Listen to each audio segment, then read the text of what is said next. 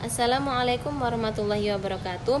Kami dari kelompok 11 yang beranggotakan saya sendiri, Lintang Ulul Azmi Syairah, dan teman saya Nur Faiza akan mempresentasikan makalah kami yang berjudul Sumber-sumber klasifikasi ilmu, hierarki ilmu, dan metode ilmu. Di dalam makalah kami akan menjelaskan beberapa rumusan masalah. Pertama yaitu apa yang dimaksud dengan hierarki ilmu, bagaimana klasifikasi hierarki ilmu, apa yang dimaksud metode ilmu, dan apa saja macam-macam sumber ilmu. Dengan tujuan makalah kami yaitu yang pertama, untuk mengetahui apa yang dimaksud dengan hierarki ilmu, yang kedua untuk mengetahui bagaimana klasifikasi hierarki ilmu, yang ketiga untuk mengetahui apa yang dimaksud metode ilmu, dan yang terakhir untuk mengetahui macam-macam sumber ilmu. Jadi terdapat latar belakang dalam makalah kami yaitu untuk memperoleh ilmu, salah satu hal yang harus dipahami bagi seorang ilmuwan adalah cara yang akan digunakan. Nah, ilmu dapat diperoleh dengan metode ilmiah, dan metode ilmiah itu dapat diartikan sebagai suatu proses atau cara untuk mengetahui sesuatu yang memiliki langkah-langkah sistematik. Nah, dengan menggunakan metode yang tepat dalam mencari ilmu, maka akan memudahkan seseorang, dan seseorang akan lebih mudah dalam memecahkan permasalahan melalui penalaran dan pembuktian. Selain itu, klasifikasi hierarki ilmu juga perlu dilakukan untuk mengetahui pengelompokan dan berbagai macam disiplin ilmu, dan berdasarkan pada ciri objek yang dikaji, dan untuk memudahkan pemahaman dan pengelolaan pengetahuan manusia.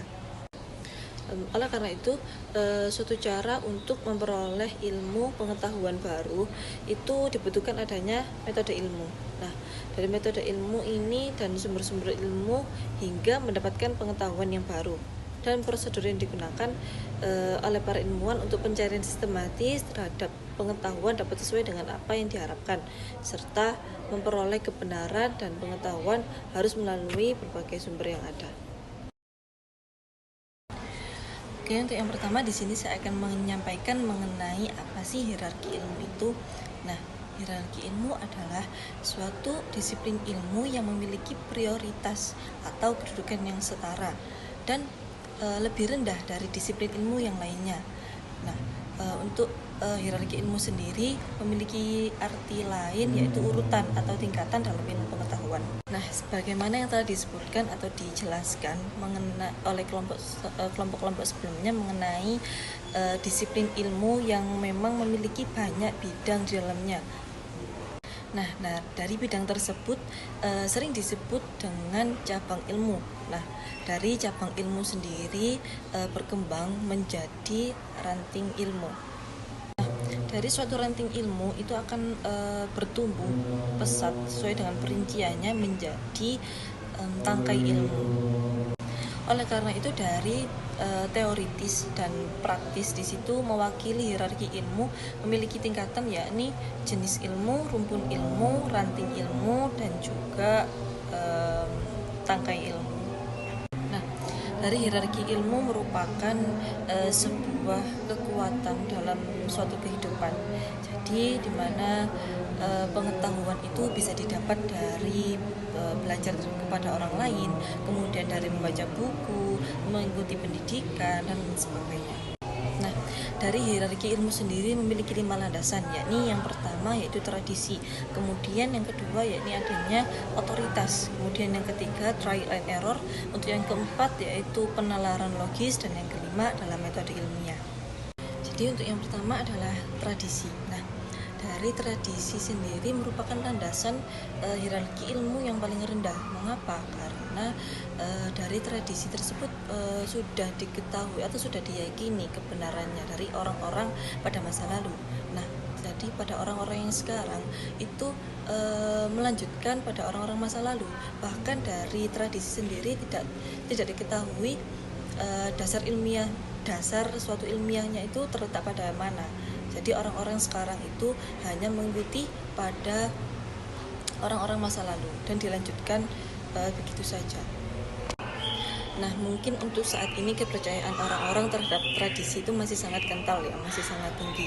Jadi misalkan di era global saat ini dibutuhkan adanya seseorang yang mampu berkarya, mencampurkan atau menggabungkan pengetahuan dengan tradisi. Nah, jika memang bisa diterapkan, maka diterapkan. Dan jika dari keduanya bertentangan, maka seseorang lebih baik mencari atau memilih referensi lain daripada tradisi tersebut. Nah, untuk yang kedua yakni otoritas. Nah, otoritas sendiri memiliki arti yaitu sebuah pengetahuan yang dianggap benar jika seorang ahli yang mengatakannya.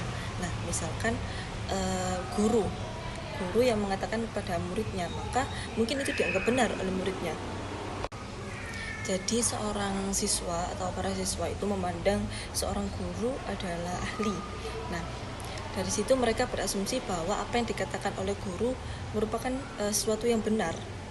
Nah, dari situ kebanyakan orang mempercayai atau membenarkan perkataan para ahli, meskipun mereka tidak mengetahui apa yang dikatakan itu benar atau tidak. Untuk yang ketiga yakni trial and error. Nah, trial sendiri di sini memiliki arti mencoba dan error merupakan suatu kesalahan.